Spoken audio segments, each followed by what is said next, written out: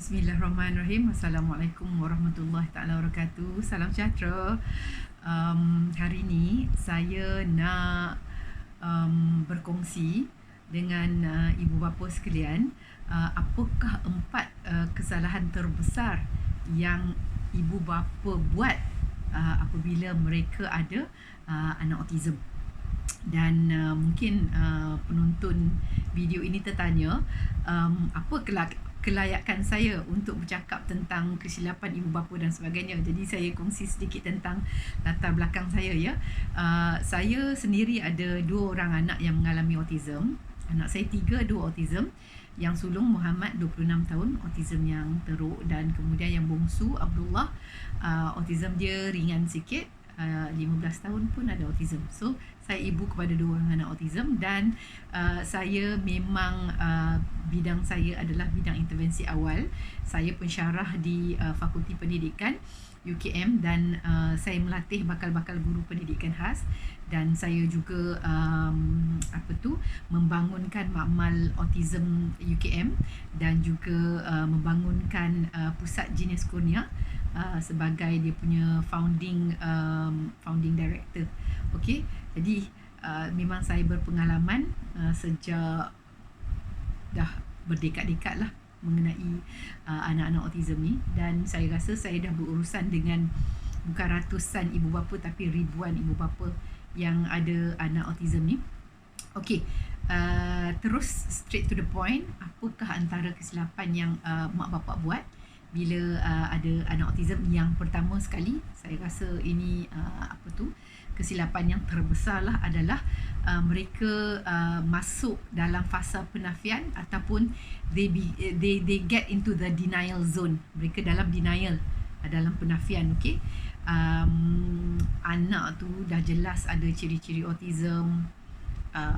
Bila mereka dalam penafian, tak nak bawa jumpa pakar untuk sahkan ada autism. Ada juga kes-kes di mana dah jumpa pakar sahkan kata autism, dia kata no, pakar tu salah. Saya dah bercakap dengan orang ni, saya dah bercakap orang tu kata oh ini bukan autism, ini adalah alpha child lah. Ada macam-macam benda lah. Jadi apa bentuk pun denial kan, sebab denial ni pun banyak bentuk. Apa bentuk pun denial, okey, salah satu bentuk denial adalah dia terima kata anak dia autism, tetapi dia punya jenis denial adalah autism yang ringan saja, mild autism saja. Jadi bila dia kata anak dia mild autism tu, dia ingat okey, dengan hantar terapis seminggu sekali anak dia akan menjadi normal. Itu pun sejenis denial juga, ya tuan-tuan dan puan-puan. Jadi kenapa denial ini merugikan? Denial ini merugikan kerana anak yang ada autism ni dia berpotensi untuk berkembang dengan sangat baik. Pengalaman saya, kalau kita mulakan intervensi awal, dia bukan intervensi tapi intervensi awal, maksudnya memang kena mulakan awal. Lagi awal kita mula lagi bagus, dan dia punya outcome dia tu sangat bagus lah, sangat-sangat memperansangkan. Jadi kalau mak bapak asyik denial, asyik tak mengaku anak autism, ataupun okey anak autism tapi ringan saja, jadi mak bapak ni tak mendapatkan intervensi awal untuk anak dan menafikan hak untuk anak berkembang lah. Mungkin kalau kata dapat tahu anak tu ada autism pada usia 3 tahun, dan kita buat intervensi, kita pastikan dia ada kemahiran social interactionnya, dia ada social communicationnya, dia pandai urus diri, kita uruskan dia punya tingkah laku, anak tu akan berkembang dengan baik, dan nanti boleh pergi sekolah.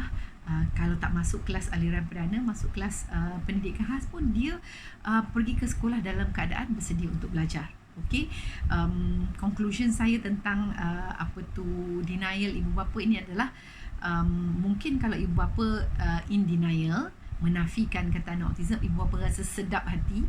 Yang sedap hatinya hati ibu bapa, tetapi untuk menyedapkan diri tuan-tuan dan perempuan telah menganiaya anak tuan-tuan dan perempuan. Contohnya kalau kata anak ada penyakit jantung lubang kata kan, kita cepat-cepat nak pergi berubat kan. Tak ada, tak, anak saya bukan penyakit jantung berlubang, bomo ni kata itu kena sampuk. Itu dia samalah. Jadi bila kita nafikan bahawa anak kita ada autism tu, kita tak mulakan dia punya treatment, dia punya intervensi tu, yang sebenarnya kita menzalimi anak kita hanya untuk supaya hati kita sedap. Okey, nanti insya-Allah saya akan buat satu video khusus untuk macam mana nak atasi denial ibu bapa tu. Okey, tapi yang tu yang paling kesalahan yang paling besar lah. Kesalahan yang kedua paling besar adalah okey, anak ada autism, mak bapak terima kata anak ada autism, tetapi dia redha. Redha, ini memang suratan ilahi, ini memang Allah nak bagi peluang untuk menjaga anak syurga lah, insya-Allah bela anak ni nanti kita dapat syurga. Dia redha, tetapi masihlah tak buat intervensi. Hanya menatang-natang, ini anak syurga, ini tiket kita untuk masuk ke syurga, insya-Allah lah. Dan bila dia redha macam tu, hanya bagi makan, hanya bagi perlindungan pakai, tetapi masih lagi intervention tu tak buat. Dan selalunya mak bapak yang redha ni, yang tak buat ni pun to a certain extent macam sama ada dia ignorant, dia tak ada maklumat tentang apa itu intervensi awal, bagaimana intervensi awal nak menolong anak, ataupun masuk dalam kategori malas nak mendapatkan maklumat, malas nak bawa anak ke sana ke sini, ke hospital untuk treatment ke pusat ke apa, dia malas. Ataupun yang satu lagi, dia kedekut. Berapa? Speech therapy 45 minit RM150. Tak payahlah. Dia kan, kalau kita nak jimatkan duit, buat sendiri terapi tu kat rumah. Boleh. Kita belajar macam mana kita nak stimulate anak kita untuk menggalakkan dia untuk berkomunikasi bertutur. Tetapi masalahnya adalah main redha. Saya cakap terang lah, kalau kata ibu bapa yang menjadi rakan Facebook saya, kalau asyik duk cakap tentang redha, memang kita kena redha, tetapi Rasulullah pun kata ikat dulu unta tu kan, sebelum kita nak redha unta tu tak hilang, kita kena ikat dulu. Maksudnya kita disuruh untuk berusaha dalam keredaan kita tu. Okey, jadi kesalahan yang kedua tu besar ibu bapa buat adalah redha sahaja. Okey, now kesalahan ketiga besar yang ibu bapa anak-anak autism buat ini adalah hanya berharapkan kepada ahli terapi saja. Okey, saya hantar anak saya ke pusat intervensi itu seminggu 5 kali selama 2 jam, khalas. Okey, itu saja. Ni. Ataupun okey, saya hantar anak saya pergi speech therapy seminggu sekali, khalas, itu saja. Khalas tu bahasa Arab maksud itu saja. Okey. Jadi dekat rumah tak buat apa, dekat rumah huru-hara macam tu saja. Ibu bapa tak pergi cari ilmu. Okey, kalau anak mengamuk kat rumah nak buat macam mana? Jadi kalau dia nak senang, okey, anak mengamuk rumah, okey, nak apa? Bagi supaya tenang di rumah, supaya anak tak mengamuk. Tetapi punca macam mana kita nak ubah perangai anak mengamuk tu, dia tak belajar. Okey, right. Ataupun okey, toilet training di pusat, anak pergi Isnin hingga Jumaat, pergi ke pusat anak tak payah pakai pampers, anak tahu nak pergi toilet, balik ke rumah pakai pampers. Sebab apa? Sebab toilet training tu harap buat dekat pusat saja. Itu pun masalah juga. Yang pasal mengharapkan terapi ni kan kerugian besar. Macam saya katalah, saya dah deal dengan beribu ibu bapa ya yang ada anak autism, dan macam-macam kes ada bukan satulah, beberapa family dia untuk terapi anak 1 bulan sampai mencecah RM10,000.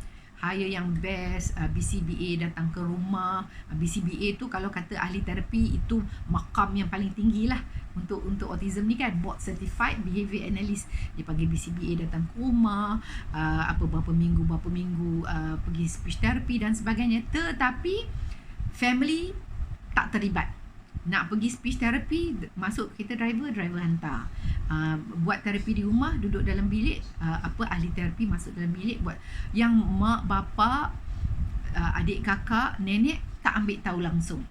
Dan bila kita tengok anak tu kan dah usia nak masuk 5 tahun, pergi mana-mana kena dukung, kena letak push check, sebab kalau tidak dia akan bergolek-golek, dia tak nak berjalan. Jadi masalahnya adalah kalau kata anak okey dengan ahli terapi, sampai bila kita nak bergantung kepada ahli terapi? Takkan anak dah umur 20-24 tahun pun dia punya tingkah laku, dia punya isu semua kita nak lepaskan kepada ahli terapi. Itu adalah kesalahan yang besar juga. Sebaiknya adalah apabila kita hantar anak pergi terapi, kita sebagai ibu bapa kena bincang dengan ahli terapi. Okey, buat apa semasa sesi hari ni? Hari ni kami belajar tentang macam mana nak urus diri, macam mana nak suap makan ke, ataupun kalau speech therapy dia akan cakap macam mana nak create opportunities untuk anak bertutur dan sebagainya. Dan ibu bapa perlu tanya kepada ahli terapi, bagaimana saya harus sambungkan terapi ni di rumah. Sebab kalau kata kita harap ke ahli terapi saja, anak tak berkembang dengan optimumnya, rugi. Kadang-kadang mak bapak yang banyak duit, isu dengan mak bapak banyak duit. Mak bapak yang tak ada duit, isu mak bapak tak ada duit.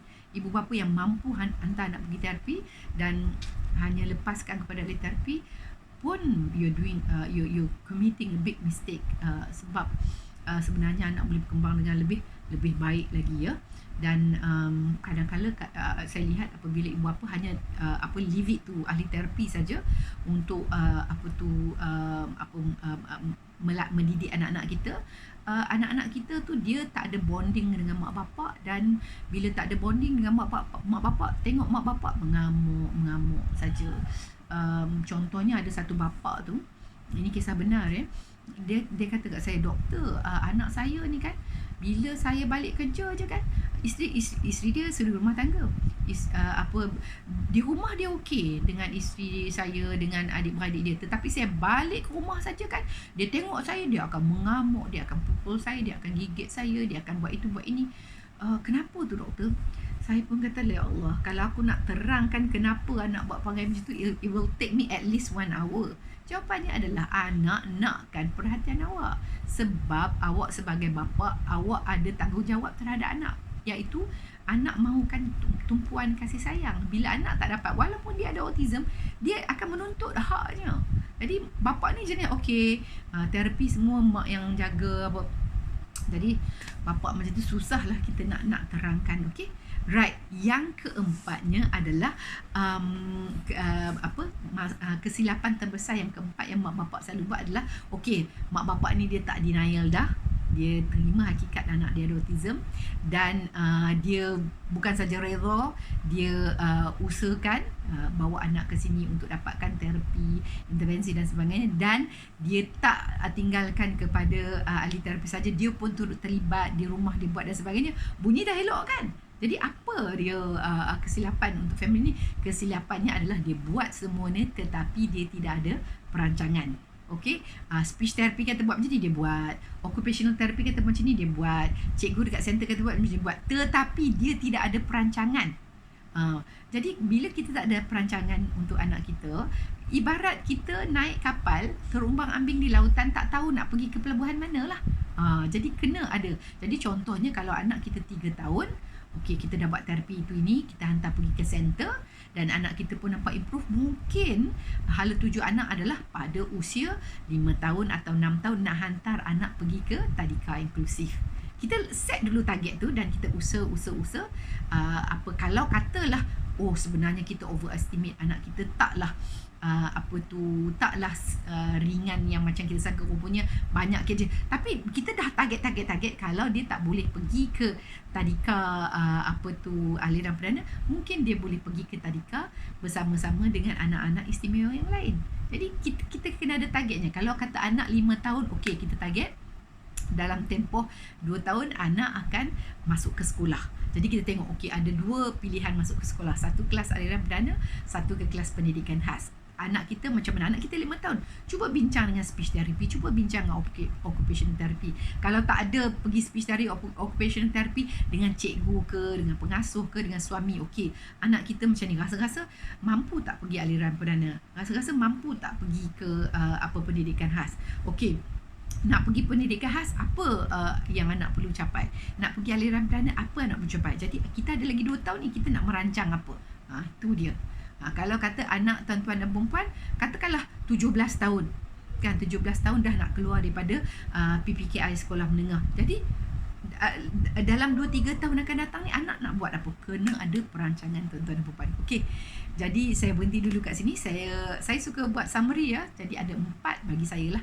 Ada 4 kesilapan terbesar bagi ibu bapa yang ada anak autism. Yang nombor 1, in denial, tak menerima hakikat bahawa anak ada autism. Yang kedua, dia terima hakikat anak dia ada autism tetapi main redha-redha, tak buat apa-apa. Yang ketiga, dia terima hakikat dan dia redha dan dia usaha untuk dapatkan rawatan, terapi, intervensi yang anak perlukan, tetapi dia hanya melepaskan kepada ahli-ahli profesional saja, dia sendiri tak ada buat apa-apa. Dan yang keempat, dia terima hakikat, dia usahakan, tak hanya redha saja, dan dia sendiri buat, dia tak tinggalkan kepada profesional, tetapi tak ada perancangan. Jadi apa terapi intervensi yang buat tu macam terombang-ambing macam tu saja. Jadi tuan-tuan dan puan, sampai sini saja perkongsian saya. InsyaAllah kalau nak setiap tu nanti saya boleh buat satu video untuk ibu bapa yang dalam fasa penafian, macam mana kita nak keluar daripada fasa tu. Ibu bapa yang hanya redha, macam mana kita nak buat. Tell me, tulis komen kat bawah apa maklumat yang tuan-tuan dan puan perlukan. Bye. Assalamualaikum. Kita doakan yang baik-baik untuk anak kita dan kita usahakan yang terbaik. InsyaAllah Allah akan berikan yang terbaik. Bye. Assalamualaikum.